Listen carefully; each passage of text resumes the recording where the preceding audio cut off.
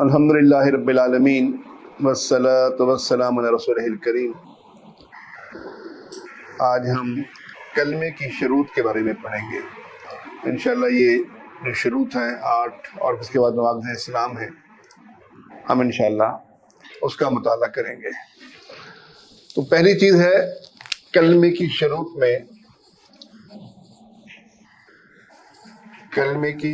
میں، کلمہ جو ہے یہ کیا ہے؟ ہاں بھائی، کلمہ کیا ہے؟ جلدی بولو، ٹائم۔ کلمہ لا الہ الا اللہ محمد رسول اللہ، جس کی ہم شروط پڑھنے چلے ہیں۔ وہ کلمہ وہ چیز ہے لا الہ الا اللہ محمد رسول اللہ، جس کی ہم شروط پڑھنے لگے ہیں۔ تو اس کلمے کا فائدہ کیا ہے؟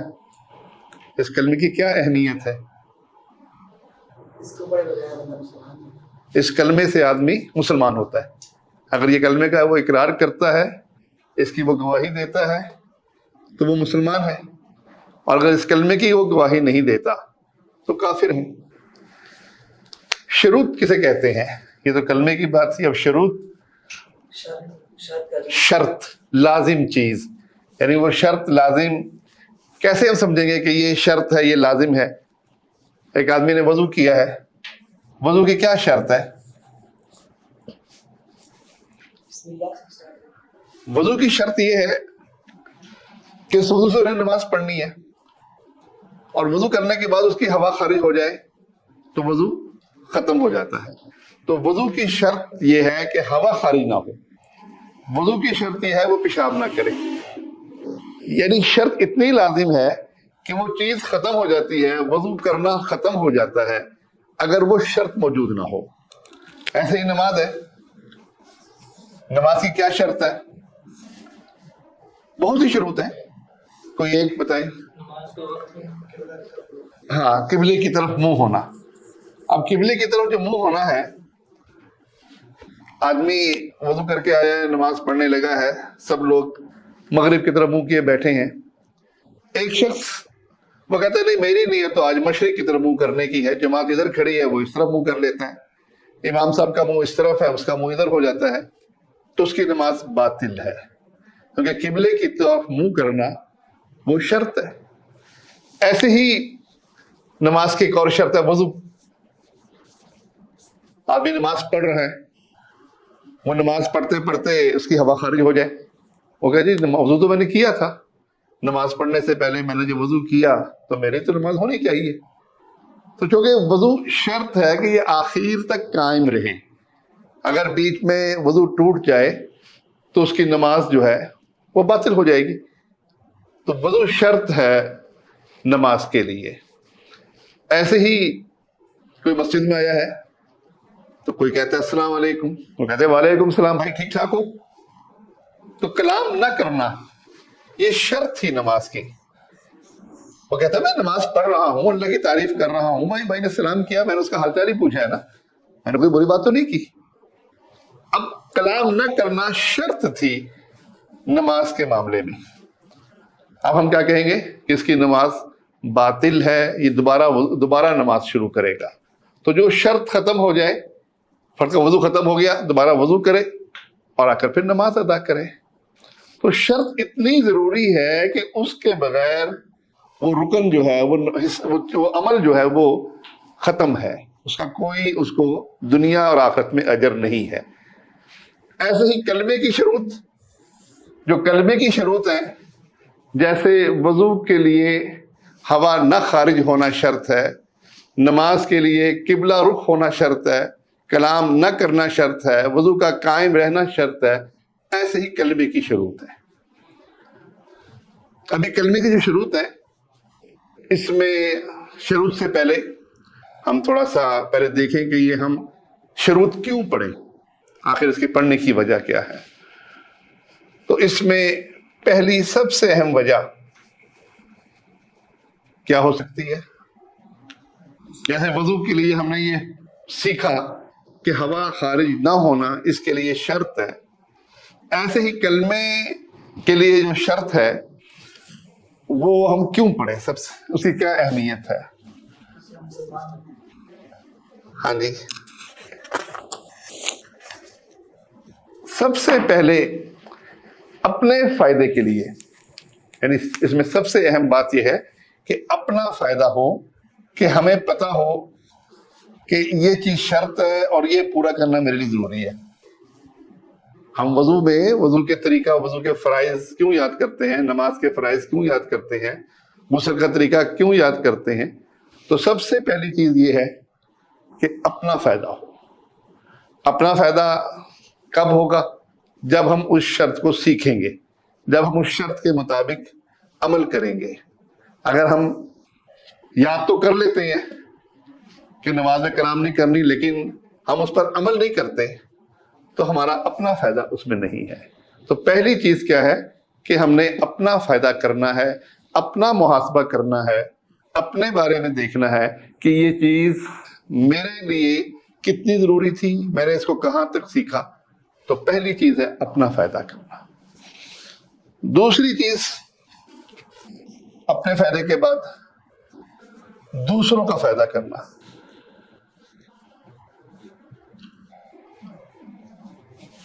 دوسروں کا فائدہ کیسے ہوگا؟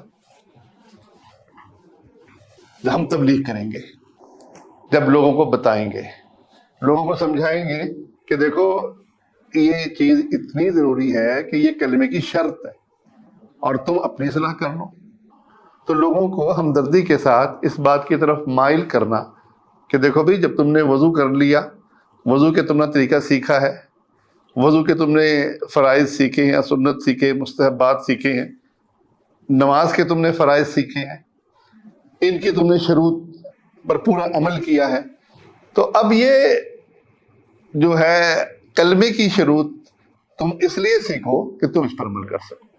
تو دوسروں کو دعوت دینے کے لیے سب سے اہم چیز ہے کہ تاکہ اسلامی معاشرہ ان چیزوں سے بچ جائے جس کی بنا پر کلمہ کام نہیں آتا۔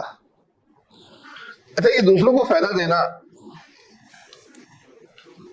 ایک تھوڑا سا فرق ہے کلمے کی شروط کے اندر اور وضو اور نماز کی شروط کے اندر۔ وضو ٹوٹتا ہے، ہوا خارج ہوتی ہے، ساتھ والوں کو آواز آ جاتی ہے، اس کو بات سمجھ میں آ جاتی ہے اس کا وضو ٹوٹ گیا ہے، وہ اسے کہہ سکتا ہے نماز دہراؤ، نماز کے بعد اس کو کہہ دے گا۔ اس نے پھر کلام کر لیا، اس کو پتہ نہیں ہے، تو اس پتہ نہ ہونے کی بنا پر پھر وہ اس کو سمجھایا جا سکتا ہے۔ لیکن کلمے کی جو شروط ہیں، جیسے اس میں سب سے بڑی شرط ہے علم، دوسرا یقین، تیسری محبت۔ کلمے کے معنی کا علم ہو، کلمے کے معنی پر یقین ہو، اور کلمے کے ساتھ اس کو محبت ہو، جن باتوں پر کلمہ اس کو بلا رہا ہے۔ ایسی شروط ہے 7-8۔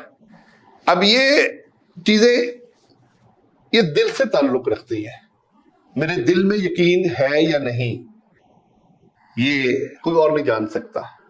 میرے دل میں کلمے سے محبت ہے یا نہیں، تو کلمے کی شروط جو ہیں وہ اکثر کیونکہ دل سے تعلق رکھتی ہیں، اس لیے ہم کسی کے بے وضو ہونے کا تو فیصلہ کر سکتے ہیں، کسی کی نماز کے ٹوٹنے کا فیصلہ تو ہم کر سکتے ہیں جب اس کی وہ چیز ظاہر ہو جائے جو نماز کی شرط کی الٹ تھی۔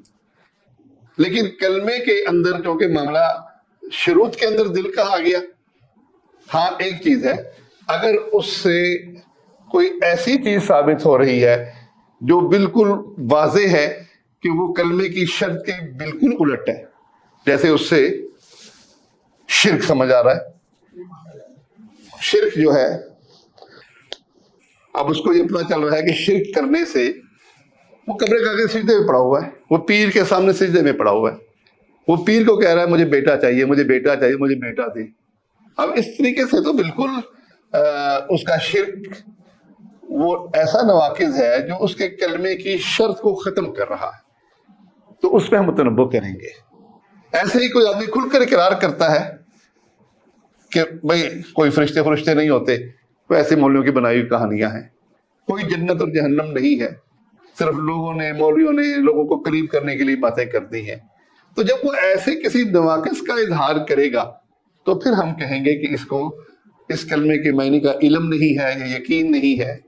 لیکن عمومی طور پر جو شروط سے متعلق چیزیں ہیں وہ دل سے متعلق ہے، اس لیے ہم عمومی طور پر یہ کسی کے اندر ویسے خود گمان کر لے کہ جی یہ تو یقین ہی نہیں رکھتا، مطلب کلمے کا ہی نہیں پتا اس کو، ٹھیک ہے، جب کوئی کھل کر یہ کہے کہ میں مرزا قادیانی کو نبی مانتا ہوں، جب کھل کر کہے کہ جنت جہنم کا کوئی وجود نہیں ہے، صرف کہانیاں ہیں قریب کرنے کے لیے، تو پھر تو ہم بالکل سمجھیں گے بھئی یہ تو کفر اکبر کر رہا ہے، شرک اکبر کر رہا ہے، یہ کلمے کی شرط کو پورا نہیں کر رہا۔ لیکن عمومی طور پر ہم نے دوسروں کو جو فائدہ پہنچانا ہے وہ دعوت کے میدان میں، دعوت کا جو میدان ہے بڑا وسیع میدان ہے، ہمیں اس دعوت کے میدان میں لوگوں کو یہ سمجھانا ہے کہ دیکھیے یہ کلمہ ہے، اس کے یہ معنی ہیں، اور اس معنی کو تم سیکھو گے تو تم جہنم کے عذاب سے بچ جاؤ گے۔ تو ہم نے دعوت کے میدان میں ہمیں معاشرے کے اندر حقیقت واضح کرنی ہے کہ شرک کیا ہے، کفر کیا ہے، نفاق کیا ہے، ہم نے مسئلہ بتانا ہے لوگوں کو۔ ہم لوگوں کے اوپر داروغہ نہیں ہیں، ہمیں پتہ ہونا چاہیے کہ یہ ایسی نواقض ہیں جو اسلام کے منافی ہیں، اسلام ختم ہوتا ہے، یہ بھی ہمیں معلوم ہونا چاہیے، لیکن ہمیں فتویٰ دینے کی حاجت نہیں ہے، ہمیں مفتی نہیں بننا۔ اچھا مفتی کیوں نہیں بننا؟ دعوت کے میدان میں دیکھیں میدان ہوتے ہیں، ایک دائی کا میدان ہے، ایک مفتی کا میدان ہے، مفتی اور قاضی کا ایک ہی میدان ہے۔ قاضی وہ فیصلہ کرتا ہے کہ یہ شخص اسلام کے اندر ہے یا نہیں، کیونکہ خلافت قائم ہو اور قاضی موجود ہو، جج موجود ہو اسلامی، اور وہ فیصلہ کر کے کہ یہ اسلام سے خارج ہو گیا ہے تو وہ اس کو قتل بھی کر سکتا ہے۔ واجب القصاص میں مرتدین کو قتل کرنا اسلام کا حکم ہے، تو یہ کام قاضی کا ہے۔ مفتی کا بھی کام، اچھا قاضی کا اور دائی کا فرق کیسے پتہ چلے گا بھی یہ دائی کا کام نہیں ہے؟ قاضی کچھ چیزیں ایسی ہیں جو اس کو فتوے سے روکتی ہیں، جیسے فتوے کے لیے ضروری ہے کہ اس کی جہالت دور کی جائے، اس کی تعویلات کا رد کیا جائے۔ دائی کے سامنے وہ شخص اپنا مسئلہ بیان نہیں کرے گا، دائی کا کوئی مقام نہیں ہے، دائی تو دعوت دینے والا ایک عام سا آدمی اس کی نظر میں۔ قاضی اسٹیٹ کا قاضی، اس کو پتہ ہے کہ یہ سزائیں دیتا ہے، اب یہاں وہ اپنی جہالت بھی بیان کر سکتا ہے، وہ تعویل بھی بیان کر سکتا ہے، وہ کہیں مجبور ہو جائے تو اپنی مجبوری بھی ظاہر کر سکتا ہے۔ تو یہ کام قاضی اور مفتی کے سامنے تو وہ کرے گا، دائی کے سامنے نہیں کرے گا۔ دائی صرف اس کو بات سمجھائے گا، اور رسول اللہ صلی اللہ علیہ وسلم تک کو اللہ نے کہہ دیا لست علیہم بمسیطر، تو ان پر داروغہ نہیں ہے، تو زبردستی کرنے والا نہیں ہے، تو نے ان کو بات پہنچانی ہے تاکہ جو زندہ رہے حق کو جان کر رہے، اور جو مر جائے وہ بھی حق کو جان کر رہے، اللہ کے ہاں وہ جواب دہ ہے۔ تو اللہ کے ہاں فیصلے وہ دل کی بنیاد پر ہوں گے۔ ہمارے ہاں فیصلے کسی شخص کے بارے میں فیصلہ کرنا ہو تو اس میں دل جو ہے وہ، چونکہ ہم نے چیرا نہیں، کسی کا دل دیکھا نہیں، ہم دل کی بنیاد پر فیصلہ نہیں کر سکتے۔ ہم ہمیشہ فیصلہ جو ہے اس کی ظاہری حرکت کے بنیاد پر کرتے ہیں، اور دائی کی حیثیت سے اس کی ظاہری حرکت کی حیثیت یہ ہمیں پتہ ہونا چاہیے کہ اس نے جو حرکت کی ہے، یہ جو سجدہ میں پڑا ہوا ہے قبر کے آگے، یہ اسلام کے منافی ہے یا اس کی کہیں گنجائش ہے تھوڑی بہت، تو یہ تو ایک دائی کو پتہ ہونا چاہیے، لیکن فیصلہ جو ہے وہ مفتی اور قاضی کرے گا، دائی نہیں کرے گا۔ تو یہ جو پوائنٹ بڑا اہم ہے کہ ہم دعوت کے میدان میں ہیں اور ہم دائی ہیں، اس لیے ہمیں ان چیزوں کے فیصلے کی ضرورت نہیں ہے۔ تو سمجھ آ گئی کلمے کی بھی، کلمہ کیا ہے، اس کی اہمیت بھی سمجھ لی آپ نے، اس کی شروط یہ بھی آپ کے سامنے آ گئی کہ شروط کا مطلب کیا ہے۔ اب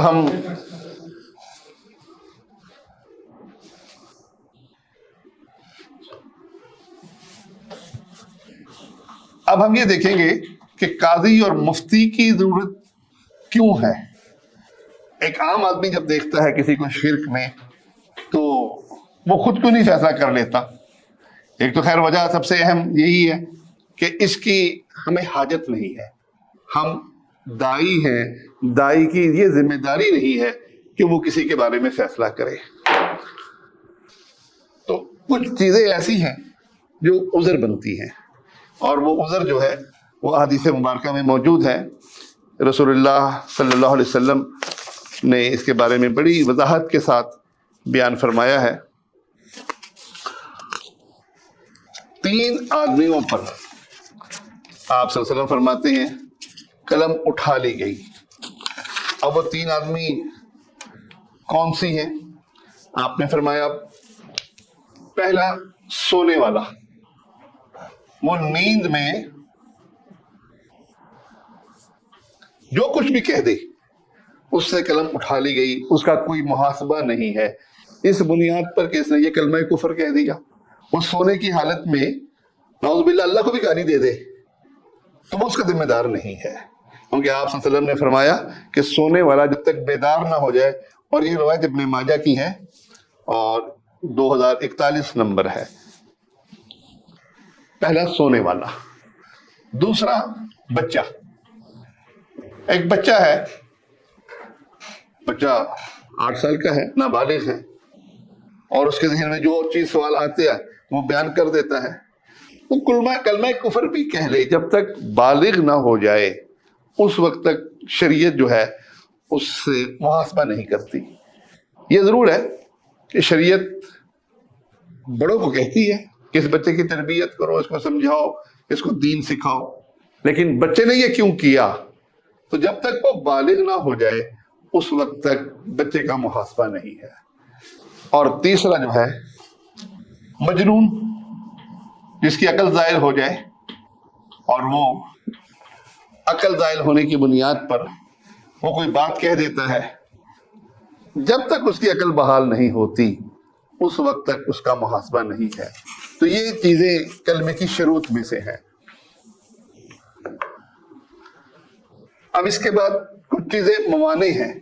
یہ تو بالکل شرط ہے نا کہ سونے والا بچہ مجنون، اس کا تو معاملہ ہی اللہ نے قلم ہی اٹھا لیا، حساب و کتاب ہی نہیں ہے. کچھ چیزیں موانع ہیں. موانع کا مطلب یہ ہے کہ اس پر فتویٰ لگانے میں وہ چیز رکاوٹ ہے. اس کی بہترین مثال جو رسول اللہ صلی اللہ علیہ وسلم کی حدیث میں ملتی ہے وہ یہ ہے کہ آپ نے فرمایا کہ شراب پینے والے پر لعنت ہے.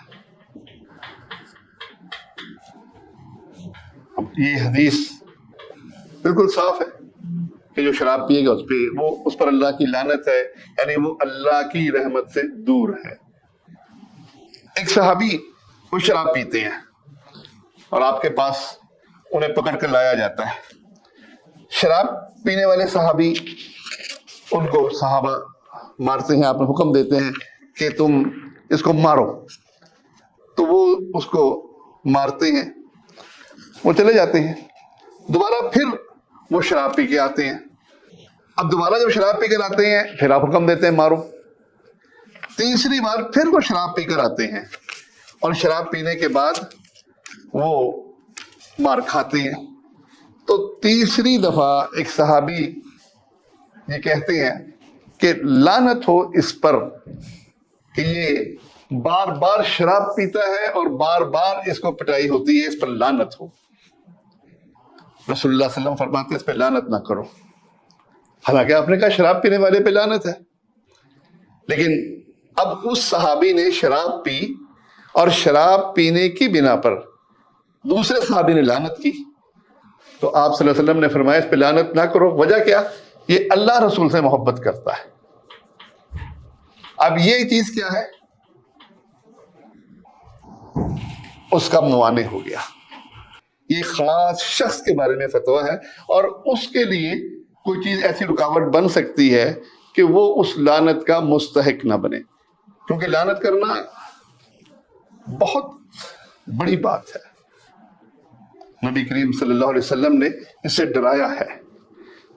رسول اللہ صلی اللہ علیہ وسلم کی صحیح حدیث ہے، آپ فرماتے ہیں کہ جب آدمی کسی کو کافر کہتا ہے یا کسی پر لعنت کرتا ہے تو پھر اس کی وہ چیز وہ آسمانوں کی طرف بلند ہوتی ہے، آسمان کے دروازے بند کر دیے جاتے ہیں، پھر زمین کی طرف وہ چیز لوٹتی ہے، اور زمین کی طرف جب چیز لوٹتی ہے تو پھر زمین کے دروازے بند کر دیے جاتے ہیں، پھر جس کے بارے میں کہا گیا اس کی طرف لوٹتی ہے، اور جب اس کی طرف لوٹتی ہے تو وہ اس کا مستحق ہے یا نہیں ہے یہ وہ دیکھی جائے گی۔ اگر وہ اس کا مستحق ہے تو اس کی طرف چلی جائے گی، اور اگر وہ اس کا مستحق نہیں ہے تو کہنے والے کی طرف بات کو لوٹے گی۔ ابو داؤد کی 4905 نمبر حدیث ہے۔ تو یعنی کسی کو ہم تو پرواہ نہیں کرتے نا، لاکھ لعنت کہہ دیتے ہیں، نعوذ باللہ۔ لکھ لعنت ہماری ایک بولی بن گئی ہے، یا لانتی، بلکہ ہمارے زمانے میں تو چونکہ وہ جماعتیں تھی طلبہ کی، ہم نے دیکھا اسٹوڈنٹ لعنت لانتی لانتی جماعتی لانتی، اب وہ پوری جماعت کوئی لانتی، تو وہ کسی بغیر بنیاد کے صرف یہ کہ مقابلہ بازی ہے، ووٹ بڑھانے ہیں، جذبات میں لانا ہے لوگوں کو، اور ایک نعرہ بنا دیا۔ تو لعنت کرنا اتنا بڑا جرم ہے کہ وہ آسمان کی طرف بلند ہوتی ہے، لعنت ہو یا تکفیر ہو، دونوں کے بارے میں حدیث آتی ہے۔ پھر وہ اگر کہنے والا اس کا مستحق نہیں ہے تو وہ کہنے والے کی طرف لوٹتی ہے۔ اس لیے آدمی ہمیشہ لعنت کے لفظ میں احتیاط کرے، لعنتی کسی کو نہ کہے۔ لعنتی کا مطلب ہی یہ ہے کہ وہ اللہ کی رحمت سے دور ہے۔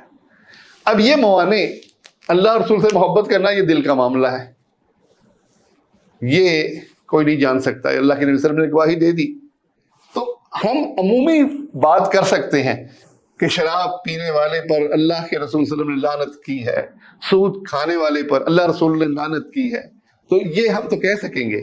لیکن کسی کا نام لے، جیسے وہ صحابی تھے، اب ہم کسی کو محمد علی ہے، ہم کہیں گے محمد علی لعنتی ہے، کیوں لعنتی ہے؟ وہ شراب پیتا ہے۔ یہ جو ہے نا تکفیر معین کہلاتی ہے۔ یہاں تک ہم کہہ سکتے ہیں شراب پینے والے پر لعنت، لیکن ہم یہ کہیں کہ محمد علی پر لعنت کیونکہ وہ شراب پیتا ہے، تو تکفیر یہ معین بن جائے گی، اور اس کے لیے پھر کچھ موانع ہیں۔ تکفیر معین بھی وہی کہلائے گا، فتویٰ بھی یہی۔ ہاں، انہیں شراب پینے والے پہ نہیں، کسی اور گناہ پر، یعنی شراب پینا تو خیر جب کفر بنے گا، جب وہ اس کو حلال سمجھے گا، لیکن کوئی عمل ایسا ہے جیسے قبر کو سجدہ کرنا ہے، جو بالکل حدیث میں اگر لفظ آ جائیں کہ آپ نے فرمایا ان پر لعنت ہو، اور وہ نواقض کے اندر میں سے ہو، تو ہم وہ نواقض بیان کریں گے، ہم اس کو معین شخص پر لازم نہیں کریں گے۔ اچھا، اب اس میں وجہ کیا ہوگی؟ پہلی وجہ جو بڑی اہم وجہ ہے وہ بلا قصد، ایک آدمی بلا قصد ایک بات کر دیتا ہے، اس کا مطلب وہ نہیں ہوتا۔ ہم مطلب تو اگر نکالیں تو بڑا کفر نکلتا ہے، لیکن اس کو اس کی اہمیت کا احساس نہیں ہوتا اور وہ بات کر دیتا ہے۔ جیسے رسول اللہ صلی اللہ علیہ وسلم نے ایک شخص کا ذکر کیا، اور آپ نے یہ ارشاد فرمایا کہ ایک شخص تھا، بچوں کے ساتھ بڑا اچھا تھا، بچے جو ہیں اس کے بڑے تابع دار تھے۔ اب وہ بچے جو ہیں، یہ مسلم کی 2747 نمبر حدیث ہے۔ آپ صلی اللہ علیہ وسلم نے جو بات میں نے کی وہ تو اگلی بات میں آئے گی۔ تو یہ جو مسلم کی روایت ہے، اس میں آپ ذکر کرتے ہیں ایک شخص کا جو اللہ کی طرف توبہ کرتا ہے اپنے گناہوں سے۔ جب وہ گناہ سے توبہ کرتا ہے تو اللہ خوش ہوتا ہے۔ اب آپ نے مثال دی کہ ایک شخص ہے، صحرا کے اندر وہ جا رہا ہے، اور صحرا میں پانی اور کھانے کا انتظام نہیں ہوتا، اس کا اونٹ جو ہے وہ اس کے ساتھ ہے، اس پہ سامان بنا ہوا ہے، لدا ہوا ہے، وہ سو جاتا ہے، اونٹ کو کہیں باندھ کر وہ رسی تڑوا کر بھاگ جاتا ہے۔ جب وہ رسی تڑوا کر بھاگ جاتا ہے تو اٹھتا ہے، دیکھتا ہے، اب وہ کہاں تلاش کرے، اتنا بڑا صحرا ہے، تو وہ زندگی سے مایوس ہو جاتا ہے۔ زندگی سے مایوس ہو کر وہ پھر سو جاتا ہے کہ اب تو مرنا ہی ہے، چلو سو جاؤں، یہاں میں کہاں بھاگتا پھروں، کہاں ڈھونڈتا پھروں۔ وہ دوبارہ اٹھتا ہے تو اس کا اونٹ جو ہے اس کے سامنے کھڑا ہے، وہ اتنا خوش ہوتا ہے، اتنا خوش ہوتا ہے کہ بے ساختہ اس کے منہ سے یہ نکلتا ہے، اللہ تو میرا بندہ میں تیرا رب۔ اب وہ کہنا تو یہ چاہ رہا تھا کہ اے اللہ تو میرا رب میں تیرا بندہ، تو نے میری اس حالت میں مشکل کشائی کی، واقعی تو میرا رب ہے، لیکن وہ جذبات میں ایسی بات نکل گئی کہ وہ کہنے لگا اللہ تو میرا بندہ اور میں تیرا رب۔ تو اللہ کے نبی صلی اللہ علیہ وسلم نے اس کی خوشی کی مثال دے کر بات یہ سمجھائی کہ اللہ ایسے ہی خوش ہوتا ہے جب بندہ گناہوں سے توبہ کر کے اس سے رجوع کرتا ہے۔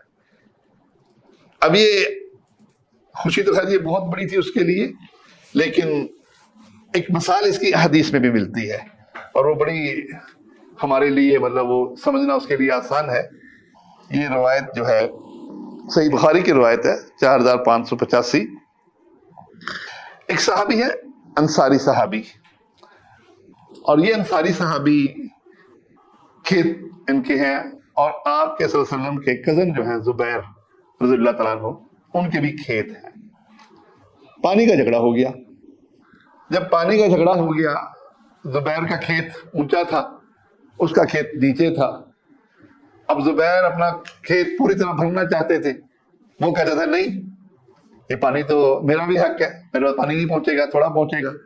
تو پانی کا جھگڑا تھا۔ رسول اللہ صلی اللہ علیہ وسلم کے پاس وہ جھگڑا آیا تو آپ نے دونوں کی بات سن کر آپ نے زبیر کو کہا کہ تو اپنا پانی ضرورت کے مطابق بھر کے چھوڑ دیا کر۔ یہ فیصلہ اس صحابی کو پسند نہیں آیا۔ اس کی زبان سے بے ساختہ جو کلمہ نکلا ہے، دیکھیں وہ کیا کہتا ہے، وہ کہتا ہے کہ آپ کی پھوپھی کا بیٹا ہے نا۔ اب یہ یعنی آپ نے انصاف نہیں کیا، اپنے پھوپھی کے بیٹے کی رعایت کی ہے۔ بہت بڑا الزام تھا۔ رسول اللہ صلی اللہ علیہ وسلم کا چہرہ سرخ ہو گیا، اور آپ نے پھر زبیر کو پورا حق دلایا کہ نہیں اپنا پانی پورا لگا، اور پھر جب بچ جائے پھر اس کے لیے چھوڑ۔ اب یہ صحابی جس نے اعتراض کیا، اس پر قرآن کی آیات نازل ہوئی، فلا و ربی کا جو آیت ہے اس کی تفسیر میں یہ واقعہ موجود ہے، اور یہ روایت صحیح بخاری کی روایت ہے۔ اب اس صحابی کو جو یہ لفظ نکلے ہیں کہ آپ کی پھوپھی کا بیٹا ہے، یہ بلا قصد تھے۔ ہم کیوں کہتے ہیں بلا قصد تھے؟ پہلی بات تو یہ صحابی جو ہے یہ بدری صحابی ہے، جنگ بدر میں اس نے اپنے ایمان کی گواہی دیتے ہوئے مشرکین مکہ سے جنگ کی، اور اتنی بڑی بات کہ نبی پر وہ الزام لگائے اور سوچ سمجھ کے لگائے۔ فیصلہ سنتے ہی جس بات میں آ گیا ایک بات نکل گئی، اور آپ نے اس سے توبہ بھی نہیں کروائی پھر کہ توبہ کر دوبارہ کلمہ پڑھ، نہیں آپ نے یہ نہیں کیا۔ صرف زبیر کو پورا حق دلا کر اس کی بات کو بلا قصد سمجھا کہ یہ اس کی زبان سے بات نکل گئی ہے، اس کے دل کے اندر یہ بات نہیں ہے، یہ سوچ کر آپ نے اس کو معاف کر دیا۔ تو بعض کا آدمی کا ذاتی کوئی حق ہے نا، وہ کچھ چھین رہا ہو تو پھر وہ جذبات میں آ جاتا ہے۔ اس لیے جب آدمی کو غصہ آئے اور غصے میں وہ اس حد تک پاگل ہو جائے کہ اس کی زبان سے اور فور پکنے لگ جائے اور کہہ دے بیوی کو بھی تو یہ طلاق طلاق طلاق، تو علماء کی جو جمہور علماء ہیں وہ ابن تیمیہ اور ان کے شاگرد وہ کہتے ہیں غصے کی طلاق ہے، یہ نہیں ہوتی، کیونکہ وہ اپنے جذبات میں نہیں رہا۔ تو بلا قصد کوئی بات نکل جائے اور وہ کفر ہو، اور کفر بھی صریح ہو، جیسے یہ کہنا اللہ تو میرا بندہ میں تیرا رب، کفر صریح ہے اللہ کو بندہ کہنا، لیکن جو کہ سوچ سمجھ کے نہیں وہ کہہ رہا، بلا قصد اس کی زبان سے نکل رہا ہے، تو یہ اس میں فتح میں رکاوٹ بنی ہے۔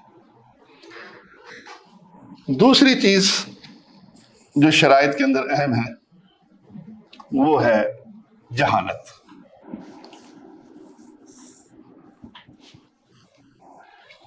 جہالت بھی ایک عذر ہے۔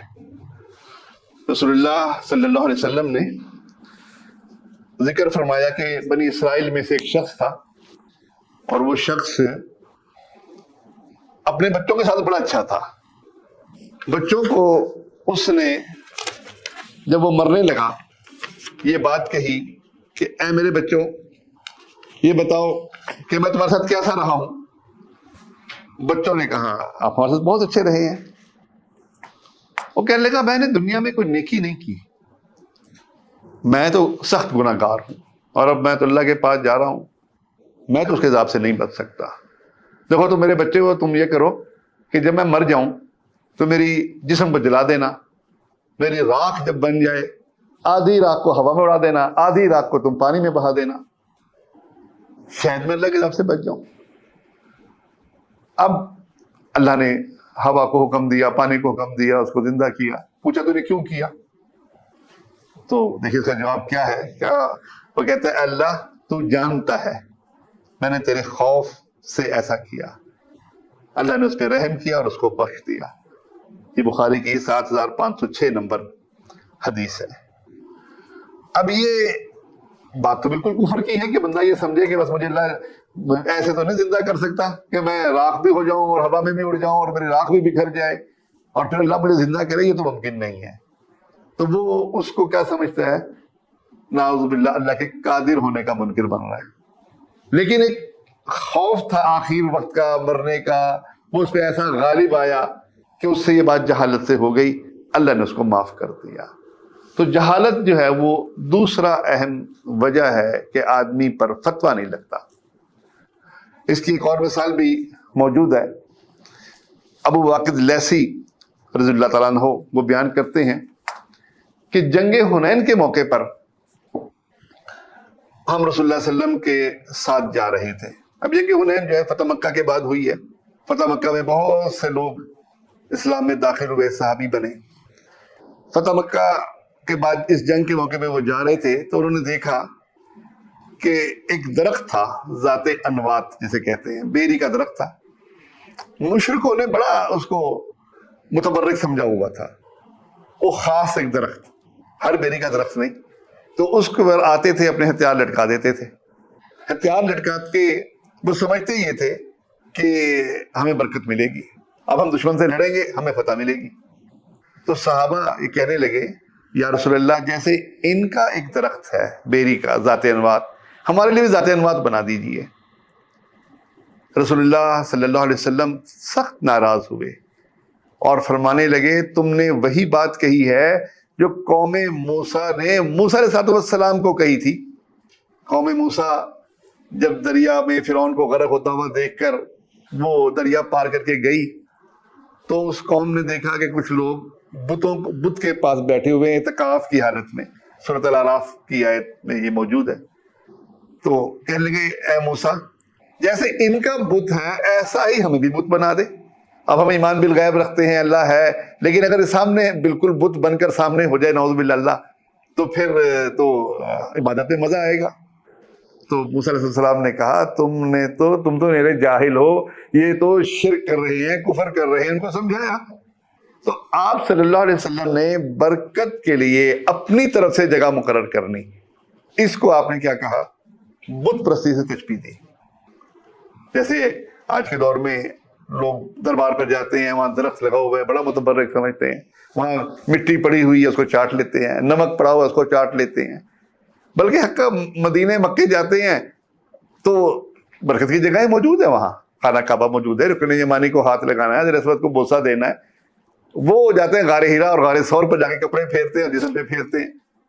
بلکہ وہ اپنا کفن لے جاتے ہیں, وہاں جا کر ٹچ کر کے سمجھتے ہیں کہ اسے برکت ہوگی. تو اپنی طرف سے برکت کی جگہ مقرر کرنا سے جاہل تھے وہ صحابہ.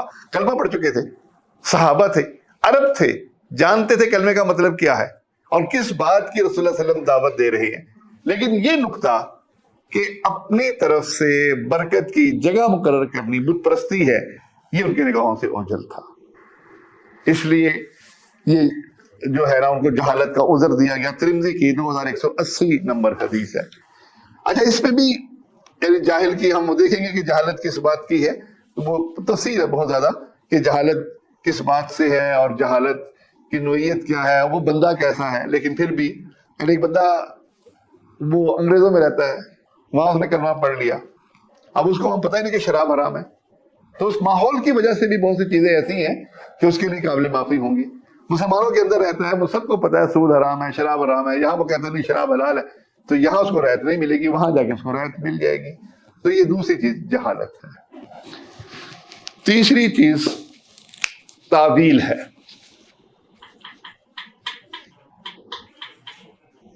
تعویل، اس کی مثال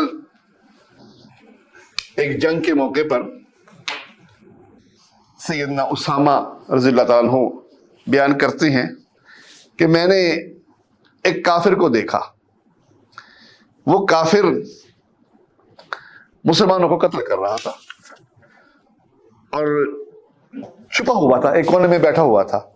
جو ہی کوئی مسلمان قریب سے گزرتا اچانک حملہ کر دیتا۔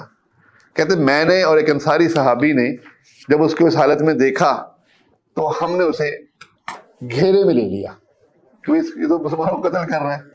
اب گھیرے میں لے کر جب میری تلوار عین اس کے سر پر آئی، کہتا لا الہ الا اللہ محمد رسول اللہ۔ اب وہ جو ہے ظاہر ہے کلمہ پڑھ لیا اس نے، لیکن کلمہ پڑھا کس حال میں؟ وہ اسامہ کے سامنے ہے کہ جب تک وہ قابو نہیں آیا تھا اس وقت تک تو وہ قتل کر رہا تھا، اور جب قابو آیا تو اس نے کلمہ پڑھ لیا، اسامہ نے اس کو قتل کر دیا۔ اسامہ نے اس کو قتل کر دیا۔ جنگ کے حالات رسول اللہ صلی اللہ علیہ وسلم کو بیان ہوئے، ساتھ ہی واقع بھی بیان ہوا۔ آپ نے اسامہ سے پوچھا اے اسامہ کیا تو نے اس کو کلمہ پڑھنے کے بعد قتل کیا؟ اسامہ کہتے میں نے کہا یا رسول اللہ اس نے فلاں کو تکلیف پہنچائی، فلاں کو شہید کیا، فلاں کو زخمی کیا۔ آپ پھر پوچھتے ہیں میں نے اس کو شخص پر حملہ کیا اور اس نے یعنی اپنی جان بچانے کے لیے کلمہ پڑھا تھا۔ آپ نے فرمایا کہ کیا تو نے اس کو قتل کر دیا؟ اسامہ پھر عرض کرنے لگے یا رسول اللہ اس نے ہتھیار کے خوف سے کلمہ پڑھا تھا۔ آپ نے پوچھا کہ کیا تو نے اس کا دل چیرا تھا؟ اب دیکھیں نا اسلام کی تعلیم کیا ہے، کلمہ پڑھ لیا ہے اور اس حال میں پڑھا ہے کہ مسلمانوں کو وہ تکلیف دے رہا ہے، اور عین ایک مسلمان کی تلوار جو اس کے سر پر ہے، آپ کیا فرماتے ہیں کیا تو نے اس کا دل چیرا تھا؟ تجھے یعنی علم ہو گیا تھا دل چیر کر کہ اس نے کلمہ دل سے نہیں پڑھا؟ تم کیا جواب دو گے اللہ کو جبکہ قیامت کے دن وہ اپنے لا الہ الا اللہ لے کر آئے گا؟ اسامہ کہتے ہیں یا رسول اللہ غلطی ہو گئی، اللہ سے دعا کرے کہ اللہ مجھے معاف کر دے۔ آپ پھر کہتے ہیں قیامت کے دن تو کیا جواب دے گا اللہ کو جب وہ اپنا کلمہ پیش کرے گا؟ اتنی دفعہ دہرایا آپ نے۔ اسامہ کہتے ہیں کہ مجھے تو یہ پھر تمنا ہوئی کہ میں آج سے پہلے مسلمان ہی نہ ہوا ہوتا۔ بخاری اور مسلم کی روایت ہے، بخاری کی 4269 اور مسلم کی 96 نمبر ہے۔ اچھا اسامہ نے قتل کر دیا اس کو، قتل اس بنیاد پر کیا کہ اس نے خوف سے کلمہ پڑھا تھا۔ اسامہ کی تعویل غلط تھی، آپ نے کہہ دیا، لیکن اسامہ کو قتل کیوں نہیں کیا؟ اگر وہ مسلمان تھا تو قتل کے بدلے قتل کیوں نہیں کیا؟ یا کم از کم دیت ہی دلواتے کہ ایک جان کی دیت دے؟ کیونکہ انہوں نے اس کو ایک تعویل کی بنیاد پر کافر کہا، تعویل کی بنیاد پر قتل کیا، تعویل کی بنیاد پر اس کے کلمے کا اعتبار نہیں کیا۔ تو تیسری چیز جو ہے وہ تعویل ہے، اور یہ روایت جو ہے میں نے بیان کر دی، بخاری مسلم کی روایت ہے۔ تعویل کی پھر اس میں بھی ہے، یہ نہیں کہ تعویل ساری مانی جائے گی، کوئی تعویل جو ہے وہ قابل قبول ہے اور کوئی تعویل باطلہ ہے۔ تعویل باطلہ، تعویل صائغ، جو دل کی ٹیڑھی میں ہر کوئی کرتا ہے تعویلیں تو، لیکن بہرحال تعویل کی بنیاد پر بھی فتویٰ نہیں لگتا۔ صرف بات سمجھانے یہ مقصود ہے کہ تعویل بھی ایک وجہ ہے جس کی بنا پر فتویٰ نہیں لگتا۔ اور چوتھی چیز جو ہے وہ اکراہ ہے، مجبور کر دیا جائے۔ کوئی شخص کسی گناہ پر مجبور کر دیا جائے تو اس پر بھی فتویٰ نہیں لگتا، وہ مجبوری کے تحت کوئی کلمہ کفر کہہ دے، جیسے کہ اللہ تعالیٰ نے سورۃ نحل کی آیت نمبر 106 میں فرمایا کہ جو شخص ایمان لانے کے بعد اللہ سے کفر کرے اللہ کہ وہ مجبور کر دیا جائے اور اس کا دل ایمان پر مطمئن ہو، تو یہ تو قابل معافی ہے۔ اور جو برضائے رغبت کفر کہے گا تو اللہ کا اس پر غضب ہے، ایسے لوگوں کے دردناک عذاب ہے۔ تو مجبور کر دیا جائے۔ ابن کثیر رحمۃ اللہ علیہ فرماتے ہیں کہ یہ آیت عمار بن یاسر رضی اللہ عنہ کے بارے میں نازل ہوئی، جن کو مشرکین نے اتنا ستایا کہ انہوں نے رسول اللہ صلی اللہ علیہ وسلم کے بارے میں کوئی بات کہی تو ان کی جان چھٹی۔ اللہ کے نبی صلی اللہ علیہ وسلم کے پاس وہ حاضر ہو کر عرض کرتے ہیں یا رسول میں تو برباد ہو گیا، مجھے اتنی تکلیف پہنچائی کہ مجھے آپ کے بارے میں نازیبا بات کرنی پڑی. تو آپ صلی اللہ علیہ وسلم نے یہی فرمایا کہ اگر دوبارہ بھی ایسا ہو، یعنی اس پر یہ آیت نازل ہو گئی کہ آدمی مجبور کر دیا جائے تو اس پر گناہ نہیں ہے. تو چوتھی چیز اکراہ ہے. اور پانچویں چیز خطا اور نسیان. اب خطا کیا ہے؟ اللہ کی بات سمجھنے میں غلطی لگ گئی. اس کی نیت تو اللہ کی عبادت کرنے کی تھی، لیکن اس کو غلطی ایسی لگ گئی کہ اس نے اس بات کو غلط سمجھ لیا، یا وہ اللہ کی بات کو بھول گیا. نسیان. تو ابن ماجہ کی 2043 نمبر حدیث ہے کہ اللہ نے میری امت کے لیے بھول چوک اور ہر وہ کام جس کے لیے انہیں مجبور کر دیا جائے اللہ نے معاف کر دیا ہے. تو خطا جو ہے وہ قابل معافی ہے. تو یہ چیزیں ایسی ہیں جس کی بنیاد پر کسی شخص کو ہم یہ دیکھتے ہیں کہ وہ شروط پوری نہیں کر رہا، یا اس سے کوئی ایسی حرکت ثابت ہو رہی ہے جو اس ایمان کے اور اسلام کے الٹ ہے، نواقض میں سے ہے، تو ہم اس پر فتویٰ کیوں نہیں لگاتے، کیوں ہم مفتی کے حوالے کرتے ہیں؟ تو اس کی وجہ یہ ہے کہ یہ کچھ چیزیں ہیں جو مفتی نے چیک کرنی ہے. اچھا، ہماری ذمہ داری کیا ہے؟ ہم اس کو یہ بتائیں گے کہ یہ چیزیں شرک ہے، یہ کفر ہے، یہ نفاق ہے، اور ان کے کرنے سے آدمی کا ایمان ختم ہو جاتا ہے، وہ کافر ہو جاتا ہے. اس کو ہم دعوت دیں گے، بات سمجھائیں گے، فتوے سے ہم اس کو بچائیں گے. اور چونکہ ہمارا واسطہ اس بندے کے ساتھ، اس محمد علی کے ساتھ کچھ چیزوں میں ہوگا، جیسے نماز پڑھنی پڑ رہی ہے، اب آگے سامنے بندہ ہے اور ہم دیکھ رہے ہیں کہ یہ اذان میں نور من نور اللہ کہہ رہا تھا اللہ کے نبی صلی اللہ علیہ وسلم کو، یا اس کا جنازہ پڑھنا پڑ رہا ہے اور اس کا کفر موجود ہے. تو ایسی چیزیں جو اس کو اسلام سے خارج کرتی ہیں، یہ چیزیں، جنازہ بھی فرض کفایہ ہے، ہمارا لوگ پڑھ رہے ہیں تو ہمارے ذمہ فرض نہیں ہے. اور نماز کی بھی احتیاط کی، نماز اچھا امام ہونا چاہیے. ہم اس مسجد کو چھوڑ کر کسی اور مسجد میں چلے جاتے ہیں، تو ہم اس کے بالکل پابند ہیں کہ ہم ایسا کریں، کیونکہ ہمیں پتہ ہے کہ اس کا عمل تو اتنا خطرناک ہے کہ یہ تو اسلام سے خارج کر دینے والی چیز ہے. تو ہم اس کا نماز، اس کا جنازہ، بچی کا رشتہ لینے کے لیے آ گیا ہے. ہم کہ جی پتہ نہیں اس کی کوئی جہالت ہوگی، شاید یہ ایسی باتیں کرتا ہے یا شرک کر رہا ہے، چلو رشتہ دے دیتے ہیں. نہیں، رشتہ جو ہے وہ ہم سوچ سمجھ کر دیں گے. اس کو ہم یوں نہیں کہ بس اپنی بچی کا رشتہ دے لیا اور یہ دیکھ لیا کہ وہ ڈاکٹر ہے، وہ خاندان کا ہے، اور وہ جو شرکیہ باتیں تھیں اس کے بارے میں تعویلوں میں چکروں میں چلے گئے. ایسا نہیں ہے، ہم یقیناً اس کو چیک کریں گے. اچھا، یہ بھی چیک کرنے کا اختیار کس نے دیا؟ جب ہم کہتے ہیں کہ مفتی کو اختیار ہے، ایک صحابیہ ہیں اور اس کا قرآن مجید میں تذکرہ ہے ان کے واقعے کا. قد سمیع اللہ، یہ 28 سپارے کی پہلی جو سورت ہے، اس کے اندر اللہ وہ عورت کو اس کے خامند نے یہ کہہ دیا کہ تو میری ماں کی طرح. اب وہ ماں کی طرح کہنا اس معاشرے میں وہ جو ہے طلاق کے ہم معنی تھی کہ میرا تیرا رشتہ ختم ہے. اب وہ عورت جو ہے، وہ عورت جب غصہ ختم ہوا خامند کا، پھر وہ خامند قریب آنا چاہا تو اس نے دھکا دیا اور گرا دیا. خامند کمزور تھے، وہ صحت مند تھے، تو اور وہ اللہ کے رسول صلی اللہ علیہ وسلم کی خدمت میں حاضر ہوئی اور وہاں جا کر آپ صلی اللہ علیہ وسلم کو سارا قصہ بیان کر کے اپنی عرض سناتی ہے کہ یا رسول اللہ، میں نے ساری جوانی کھا لی، اب میں بوڑھی ہو گئی ہوں، بچوں کے قابل نہیں ہوں، مجھ سے شادی کون کرے گا؟ اب اس نے مجھے یہ کہہ دیا. قرآن کی آیات نازل ہو گئی کہ اللہ نے اس کی بات سن لی اور اس کے لیے کفارہ بیان کر دیا کہ وہ اس سے طلاق نہیں ہوتی، کفارہ ہے، یہ کفارہ ادا کرے اور پھر اس سے دوبارہ بیوی بن سکتی ہے. اب دیکھیے، بات عام تھی کہ جو یہ کہہ دے کہ تو میری ماں کی طرح ہے، تو میری بہن کی طرح ہے، تو معاشرے میں ایک بات تھی کہ وہ طلاق شمار ہوتی تھی.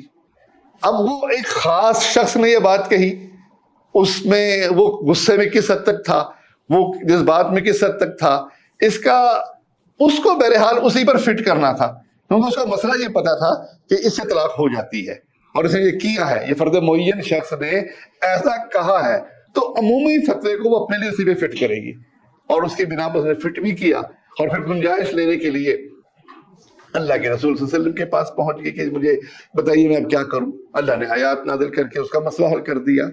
تو یہ ایسے موقع پر ہم ضرور دیکھیں گے اس شخص کے بارے میں کہ اگر وہ شرک اکبر میں نظر آتا ہے تو فتویٰ لگائے بغیر ہم یہ سمجھیں گے شرک میں ہے اور اس کے پیچھے نماز جائز نہیں ہے، ہم اس کے پیچھے نماز سے بھی رکیں گے، اس کا جنازے سے بھی رکیں گے، اس کی شادی سے بھی رکیں گے۔ تو یہ مطلب ہمیں اختیار اپنی ذات کی حد تک اتنا اختیار شریعت ہمیں دیا ہوا ہے کہ ہم اس میں احتیاط کریں گے۔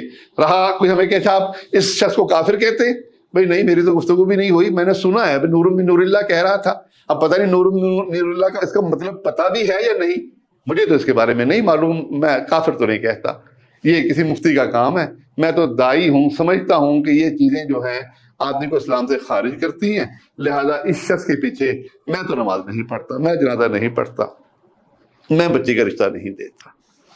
تو میرا خیال ہے بات واضح ہو گئی ہے کہ کلمے کے شروط، کلمہ کیا ہے، اس کی اہمیت کیا ہے، شروط کا مطلب کیا ہے، اور شروط پڑھنے سے پہلے ہم نے یہ پڑھی کہ شروط کے لیے ہم اس کلمے کے معنی یا کلمے کی شروط ہے اس کو اپنی ذات کی حد تک سیکھیں گے، اپنی ذات پر اس کے مطابق عمل کریں گے، ہم اس کے لیے لوگوں کو دعوت دینے کے لیے کہ دعوت کا میدان ہے، لوگ جاہل ہیں، لوگوں کو اس بات سمجھائی جائے، ہم یہ میدان بھی اختیار کریں گے، اور ہم کسی معین پر فتوے کے لیے چونکہ کچھ موانع ہوتے ہیں، ان موانع کی وجہ سے اس شخص پر فتویٰ لگانا وہ مفتی کا کام ہے، جید راسخون فی العلم علماء کا کام ہے، اور اصل میں تو یہ اس خلافت اسلامیہ کے قاضی کا کام ہے۔